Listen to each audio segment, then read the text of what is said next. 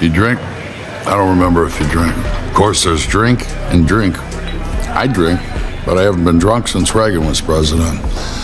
I got a DUI, and in jail, I actually fell down and pissed my pants. You don't need to do that twice. I tell you this so you'll know everybody's been there. Everybody's been there. Once. If you're there twice, I can't help you. Which leads me to ask, are you pulling this just now or forever? What's the difference? I need to know if you got the brains to walk when it's time to walk. I've seen you be $500,000 up. I've been up $2.5 million. You still owe large 2 places you shouldn't. Why do you want door number 3? How else do I get out? If I give you this money and you don't pay me back, there are no rules. Do you understand the gravity of your situation? I understand.